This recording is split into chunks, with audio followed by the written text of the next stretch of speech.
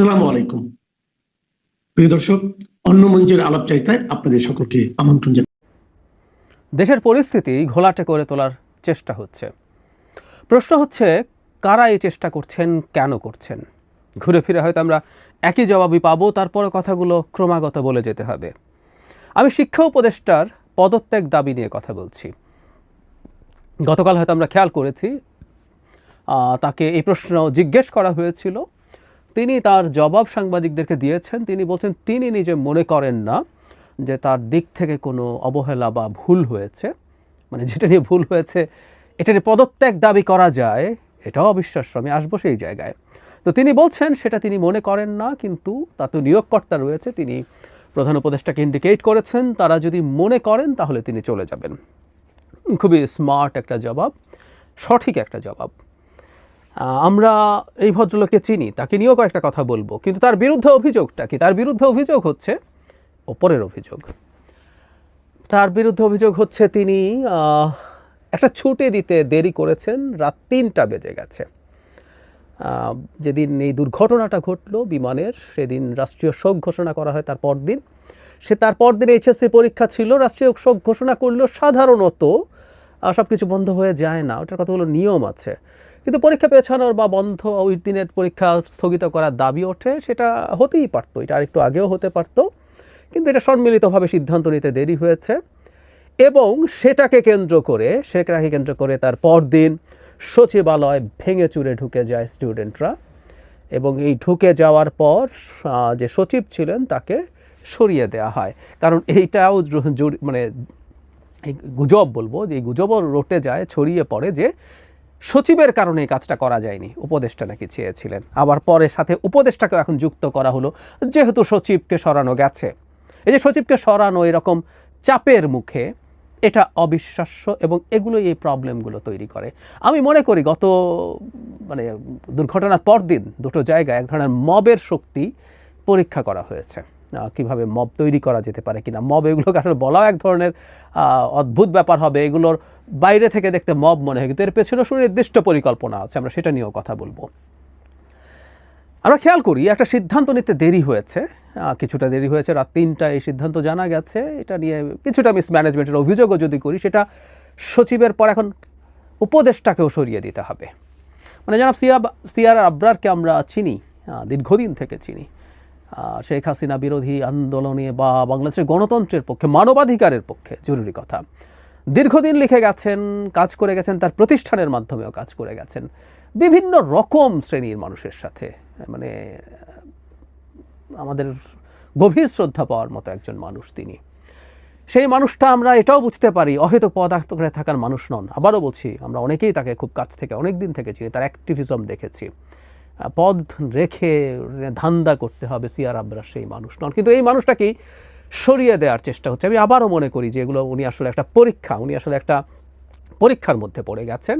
কিছু মানুষজন তাদের শক্তি পরীক্ষা করছে সিআর আবরারকে তারা সরাতে পারেন কিনা, আর সেটার জন্য। কারণ আবারও বলছি, যে অপরাধের কথা বলা হয়েছে কোট আনকোট, সেই অপরাধ যদি কেউ অপরাধও বলেন বা ভুলও বলেন, তার জন্য তাকে সরে যাওয়া তো দূরেই থাকুক, সচিবকেও তার সরে যাওয়া মানে তার একেবারে চাকুরিচ্যুতি, সচিবকে অন্য জায়গায় হয়তো নেওয়া হবে, সেই সচিবেরও সরে যাবার কথা ছিল না, কোনোভাবেই ছিল না। আমি দ্ব্যর্থহীন ভাষায় এই কথা বলতে প্রস্তুত আছে। সেই সচিবের বিরুদ্ধে আগে আর কোনো অভিযোগ আছে কিনা, তিনি শেখ হাসিনার সময় কী করেছেন জানি না। আবার উল্টো কথাও শুনছি, তিনি শেখ হাসিনার সময় খুবই ডেপ্রাইভড ছিলেন, এবং তিনি নাকি মানুষ হিসেবে বা তার কাজের দিক থেকে ভালো।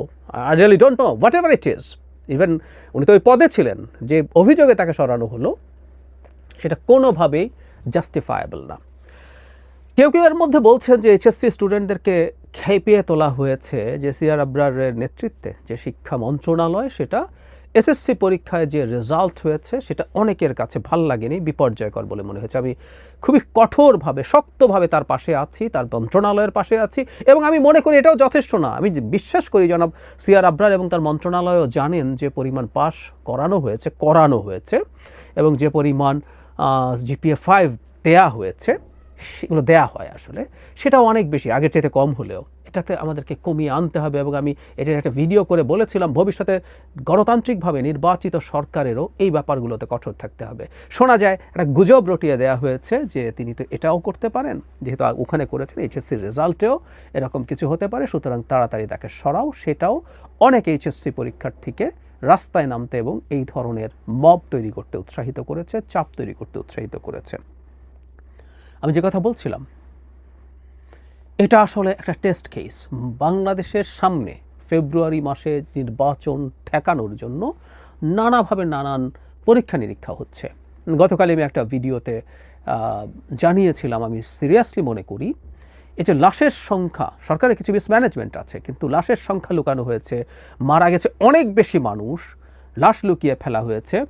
এই গুজবটা সত্যিকার অর্থে, মানে যে ক্লাসের ক্ষেত্রে এই গুজবটা ছড়ানোর চেষ্টা হয়েছে, সেটা এই ক্লাসের ক্ষেত্রে এফেক্টিভ হওয়ার কথা ছিল না, কিন্তু এটা হয়েছে, এটা ট্র্যাকশন পেয়েছে, এটা স্টুডেন্টদেরকে ক্ষিপ্ত করা গেছে। সেটার মাধ্যমে রীতিমতো দুজন উপদেষ্টা, যেখানে সিআর আবরার ছিলেন এবং সাথে ডক্টর আসিফ নজরুল ছিলেন এবং প্রেস সেক্রেটারি যারা শফিকুল আলম ছিলেন, তাদেরকে 9 ঘন্টা অবরুদ্ধ করে রাখা হয়েছে, তাদেরকে বেরই করা যাচ্ছিল না।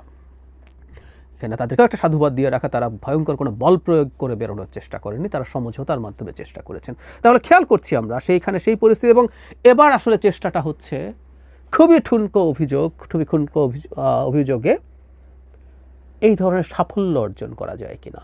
আপনি কিছু স্টুডেন্টকে খেপিয়ে তুলতে পেরেছেন যথেষ্ট যে তারা গিয়ে সচিবালয়ের গেট ভেঙে ভেতরে ঢুকে গেছে এবং পুলিশের সাথে সংঘাতে জড়াতে হয়েছে, কারণ তারা ওখানে গিয়ে গাড়ি ভাঙচুর শুরু করেছিলেন।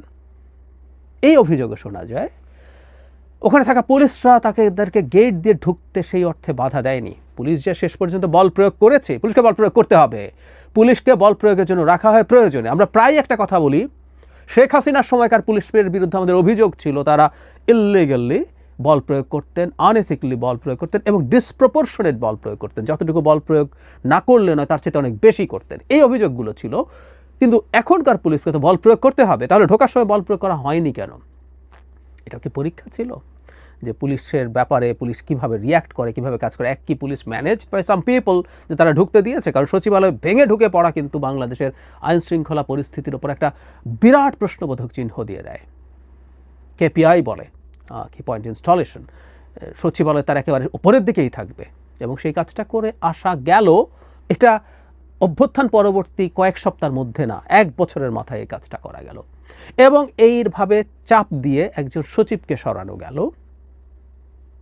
এবার উপদেষ্টাকে সরানো যায় কিনা, যদি নাও যায়, চাপ তৈরি করা গেল যে উপদেষ্টাকে ব্যাখ্যা দিতে হচ্ছে এবং এটা যদি কন্টিনিউ করে আমার সন্দেহ হয়, আমি ব্যক্তিগতভাবে যেহেতু ওনাকে চিনি জানি, উনি রিজাইনও করে ফেলেন কিনা। অত্যন্ত আত্মসম্মান বোধসম্পন্ন একজন ভদ্রলোক। আমি ব্যক্তিগতভাবে চাই তিনি এই কনস্পিরেসিটা বুঝবেন এবং স্টেটের স্বার্থে তিনি বিরক্ত হয়ে অন্তত এখন সরে যাবেন না। তাকে এই লড়াইটা করতে হবে, তিনি এই লড়াইটা করুন।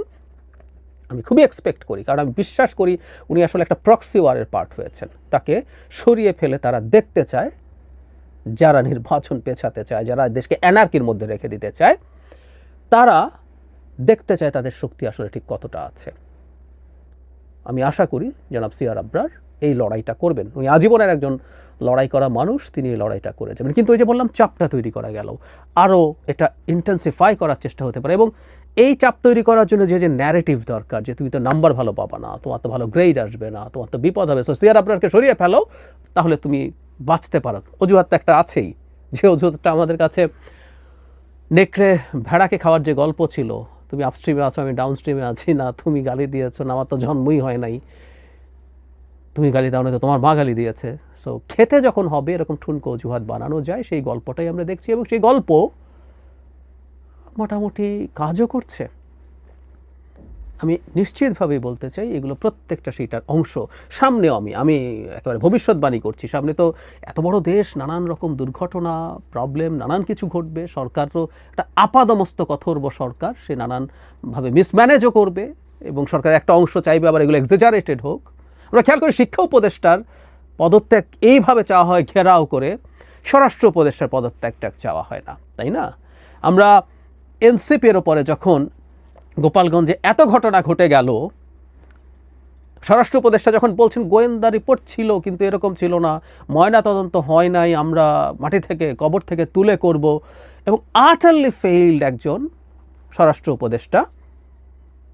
তার পদত্যাগ এনসিপি ভুক্তভোগী হয়েছিল, তারা অ্যাক্টিভলি সিরিয়াসলি তার পদত্যাগও চায়নি, স্বরাষ্ট্র উপদেষ্টার পদত্যাগ চাওয়া হয় না। বা এই দুর্ঘটনার পর আমি ব্যক্তিগতভাবে মনে করি এই পরিমাণ বার্নের পেশেন্ট একসাথে যদি কোনো একটা জায়গায় আসে, ম্যানেজমেন্টের স্টাফ, কারণ একটা হসপিটালের এই ধরনের প্রস্তুতি সাধারণত থাকে না, তারপরও খানিকটা হলেও স্বাস্থ্য উপদেষ্টাকে দায় দেওয়া যায়।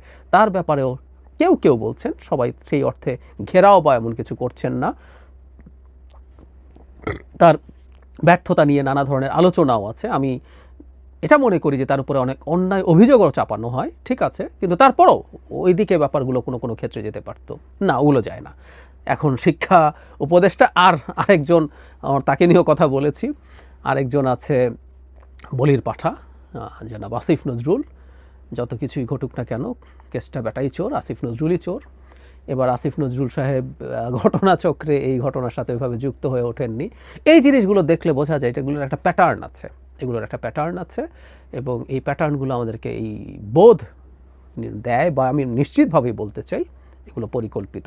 কারণ এই ঘটনা ঘটার সাথে সাথেই আবার জাতীয় সরকারের আলাপ আনা হয়েছে। জাতীয় সরকার মানেই হচ্ছে নির্বাচন পিছিয়ে দেয়। একটা জাতীয় সরকার যদি হয়, সেই সরকার আরও অনেক দিন থাকবে। এই আলাপ আগেও আনা হয়েছিল, জাতীয় সরকার করে ডক্টর ইউনূসের নেতৃত্বে 5 বছর থাকা হবে, একই আলাপ সরে গিয়ে আবার নতুন করে আসলো, একটা কেওস তৈরি হলো, আবার আসলো। সুতরাং কেওস তৈরি করা হবে, কেওস তৈরি সবসময় হবে, করা হবে না, কখনো কখনো হবে, এবং সরকার মিসম্যানেজ করবে, ভালোভাবে করতে পারবে না, বা সরকারের একটা অংশ সেটাকে এক্সাজারেট করার চেষ্টা করবে, সেটাকে আরও খারাপের দিকে নিয়ে যাওয়ার চেষ্টা করবে, অনেকে আবার সেরকম কোনো কেওস ঘটাবে। এই সব কিছু করে করে সামনের দিনগুলোতে এই ধরনের টার্ময়েলের টাইম আছে। এবং ওই যে মবের কথা বললাম, এটা এক ধরনের পরিকল্পিত ব্যাপার। যেহেতু কোনো সংগঠন বা কেউ ঘোষণা দিয়ে এসে কোনো প্রতিবাদ করে এসব করছে না, একটা আনঅর্গানাইজড একটা লুক আছে, তাতে এটাকে মব বলা যেতে পারে। কিন্তু এইগুলোর পেছনেই আসলে অভ্যন্তরীণভাবে অনেকেই কাজ করছেন, অনেকেই অনেক ডিসইনফরমেশন ছড়াচ্ছেন, গুজব ছড়াচ্ছেন, দিয়ে তাদেরকে খেপিয়ে তুলছেন। আমি সিরিয়াসলি বিশ্বাস করি এর পেছনে ফান্ডিং আছে, অনেকে এখানে ফান্ডিং করছেন, অনেককে ফিনান্সিয়াল বেনিফিট দিচ্ছেন, তারা যাচ্ছেন, তারা নেটওয়ার্ক তৈরি করে এটা করে এই ধরনের কাজ করছেন, যেটাকে অ্যাপারেন্টলি মব বলে মনে হয়। এবং কিছু মানুষ যখন করে, আমাদের এক ধরনের হার্ড বিহেভিয়ার আছে, ভেড়ার পালের মতো আমরা যখন কিছু মানুষ শুরু করি, তার সাথে অনেকে যুক্ত হয়ে যায়। এগুলো প্রত্যেকটা পরীক্ষা নিরীক্ষার ক্ষেত্র হয়ে দাঁড়িয়েছে, এবং অনেক ক্ষেত্রে তারা সাফল্য লাভ করছেন। এই সাফল্য লাভ করাটা তাদের আরও সাহসী করে তুলবে, তারা আরও বড় বড় প্রজেক্ট হাতে